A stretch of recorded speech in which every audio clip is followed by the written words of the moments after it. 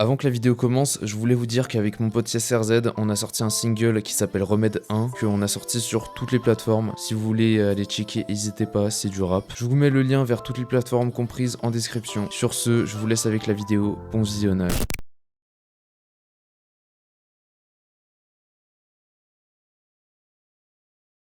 Ça va tranquille. Il y a quelques mois, je vous ai dit que j'étais pas principalement un youtubeur horreur, mais j'ai pas dit pour autant que j'allais arrêter l'horreur. En plus là, c'est la période d'Halloween, donc j'ai pas manqué l'occasion de vous traumatiser. C'est pour ça qu'aujourd'hui, je vais vous parler de l'affaire d'Anatoly Moskvin, l'homme qui transformait des cadavres de jeunes filles en poupées.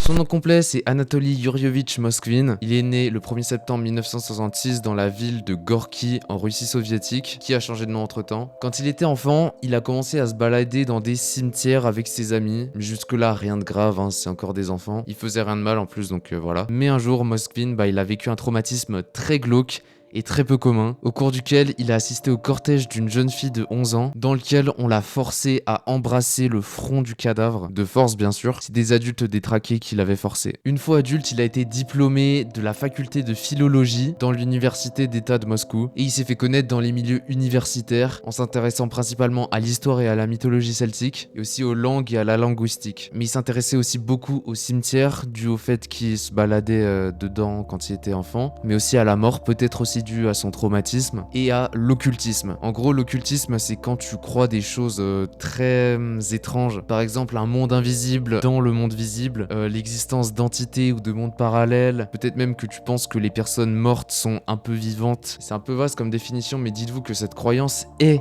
hyper vaste. Du coup, voilà, gardez ça en tête, c'est important pour la suite. Moskvin, il possédait aussi une bibliothèque de plus de 60 000 livres, et aussi une grande collection de poupées. À Skip, ses collègues universitaires ont décrit Moskvin comme un génie et un putain d'excentrique. Ça veut dire qu'en gros, il s'arrêtait pas aux normes sociales. Comment la société veut qu'on se comporte, genre il se comportait comme il voulait. Ça peut être positif comme ça peut être négatif de fou, parce que ça peut rapidement partir en couille. Niveau vie privée, le Moskvin, il côtoyait aucune femme, il s'est jamais marié, il préférait vivre avec ses parents, et il s'abstenait de boire de l'alcool et de fumer, et de baiser. J'ai pas retracé toute sa vie professionnelle, mais juste le boug, il était philologue, linguiste et polyglotte. En gros, il parle 13 langues.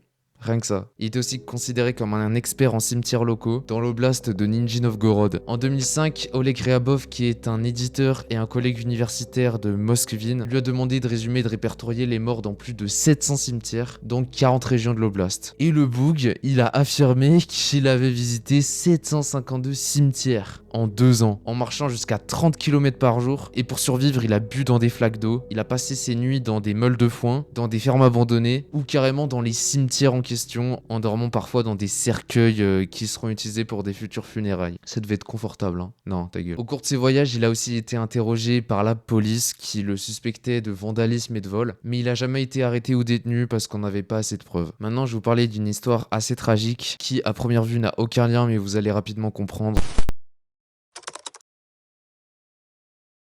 Je vais vous parler d'Olga Chardimova, qui était une fille de 10 ans. Et en fait, Olga, un jour, elle voulait aller chez sa grand-mère sans passer par ses parents, genre en y allant toute seule. Parce que d'après elle, elle est assez grande pour y aller toute seule, elle va pas se faire agresser ou je sais pas quoi. Et bizarrement, c'est justement ce jour-là qu'elle va vivre le pire truc qui puisse lui arriver. Parce qu'en fait, sur son chemin, elle a croisé un mec qui lui voulait clairement pas du bien et qui l'a emmené jusqu'à chez lui de force. Ou par ruse, on sait pas trop. Une fois arrivée, elle a tenté de s'enfuir, mais ça lui a pas plu. Du coup, ce gros fils de pute, il a pris une barre en métal, il lui a frappé fort le crâne avec, et elle est morte. On survit rarement à un choc pareil, surtout à cet âge-là. Et c'est 5 mois plus tard que son corps a été retrouvé dans la cave de l'immeuble où elle a été kidnappée et tuée. Son corps était en fait caché derrière des tuyaux. Après ça, le 5 octobre 2002, elle a été enterrée. Et c'est à partir de mai 2003 que ses parents ont commencé à découvrir qu'il y avait quelqu'un d'autre qui venait à la tombe de leur fille régulièrement, puisqu'il y avait en fait des trucs qui se déplaçaient sur sa tombe au fil des jours, jusqu'à carrément tomber sur des lettres qui s'adressaient à leur fille, dans lesquelles un pélo s'adressait à elle, comme si elle était encore vivante. Genre il lui parle de son entrée en 6ème, de Noël, des vacances d'été qui arrivent. Du coup, sur le coup, bah ils font rien. Enfin, le mec a pas commis de délit en soi. Jusqu'à un jour où il tombe carrément sur une lettre qui s'adresse à eux cette fois-ci, qui dit genre si vous lui fabriquez pas le monument qu'elle mérite, on va déterrer son corps. En mode crari, ils sont plusieurs en plus. Du coup, à ce moment-là, les parents, bah ils appellent les keufs, y a pas d'autre solution pour éviter le vandalisme de la tombe de leur fille. Et là, les policiers ils vont dire quoi? Ils vont dire on peut rien faire en fait. Du coup, ce qu'on va faire, c'est que bah au pire, vous faites ce que vous voulez et nous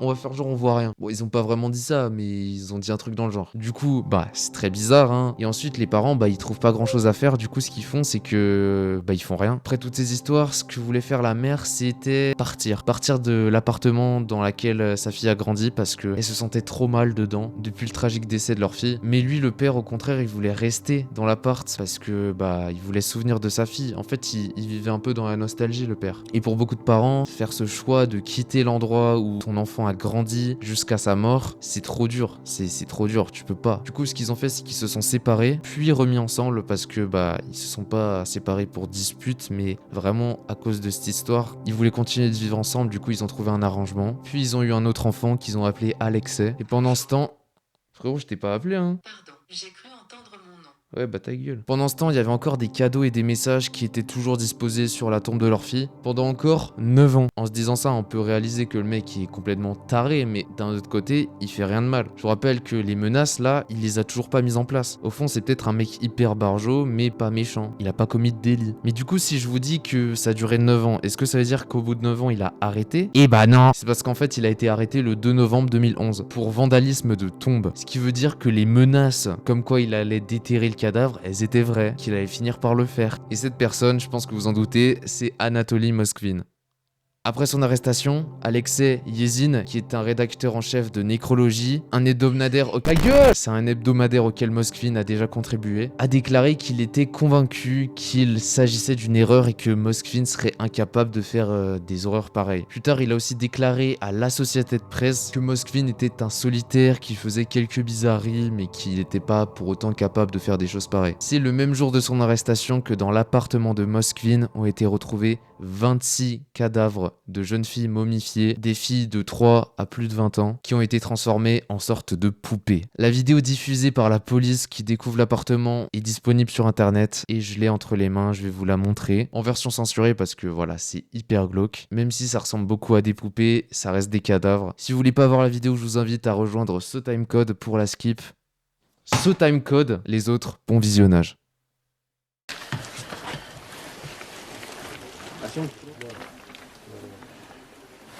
Тоже, да, Сань? Да. Вон, да, из трупов кукол. То есть и глину там, да? Да, Там все девочки, да? вечерние съемки. Ну, где?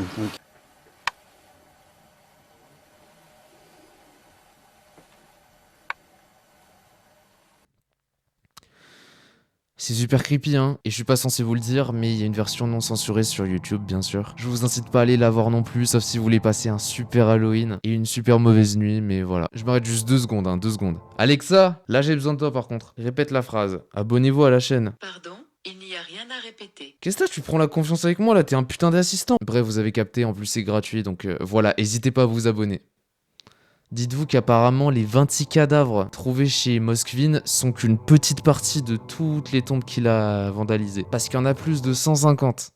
Ouais. Et je vous rappelle que ce mec vivait avec ses parents, donc ça veut dire qu'il momifiait les cadavres quand ils étaient pas là, et qu'il lui a fallu 10 ans pour momifier 26 cadavres. La légende raconte qu'il regardait des tutos pour momifier les... Et est-ce que les parents, quand ils étaient là, ils remarquaient pas que les 26 cadavres autour d'eux, c'était des cadavres en fait. Genre pour eux, c'était des vraies poupées, même au niveau de l'odeur. Ils se sont pas dit qu'il y avait un truc qui clochait, genre. Bon, et par rapport au fait qu'il avait fait tout ça, dites-vous que Moskvin, il voulait une fille, mais il côtoyait aucune femme, donc il pouvait pas faire d'enfant. Du coup, il s'est tourné vers l'adoption, qui lui a tourné le dos puisque bah, il était un homme célibataire, sans aucune expérience précédente. Du coup, voilà. On pouvait pas juger s'il avait les compétences ou pas pour éduquer une enfant, même une seule. C'est ce qui lui a poussé à faire ce qu'il a fait, en pensant qu'il pouvait ramener les cadavres à la vie, que ce soit en leur parlant ou en s'occupant d'eux. Autre chose à savoir, c'est qu'il considérait chacun des corps comme ses enfants et qu'il a jamais eu aucune arrière-pensée, aucun fantasme bizarre. Vraiment, il a rien fait de chelou avec les cadavres. C'est pas un mec de ce bord-là. Il voulait juste être père. Du coup, il a mélangé son son envie d'avoir des gosses à son intérêt pour la mort et à l'occultisme, plus maladie mentale. Parce que oui, il a aussi été diagnostiqué comme schizophrène paranoïaque. En mai 2012, il a été condamné à rester dans un hôpital psychiatrique dans lequel il est encore aujourd'hui. Aux dernières nouvelles, en 2019, il avait tenté de faire une demande de libération, qui a par la suite été refusée à cause de son état mental, diagnostiqué comme trop fragile. Du coup, il est encore aujourd'hui depuis 12 ans en train de purger sa peine indéterminée en hôpital.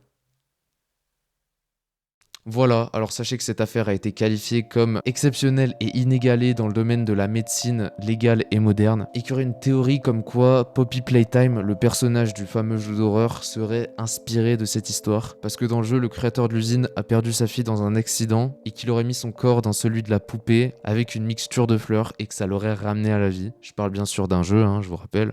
Is there anything else you'd like to say, Poppy? I'm a real girl, just like you. Du coup, le fondateur, il a mis la poupée dans une boîte pour la sécuriser. On sait pas vraiment si l'inspiration vient vraiment de cette affaire, mais il y a des choses très similaires entre les deux. J'espère que cette affaire très glauque vous a plu et qu'elle vous a donné des frissons. Si vous en connaissez d'autres, dites-les moi en commentaire. N'hésitez pas à liker, vous abonner et me rejoindre sur Instagram, mais aussi sur Twitch, TikTok, Discord, bref. Rejoignez-moi sur ce que vous voulez, je vous aime quand même si vous le faites pas. Joyeux Halloween et... Bonne fin de vacances, UV. L'argent et les stats me rendent parano, je transcris ma douleur sur mon piano.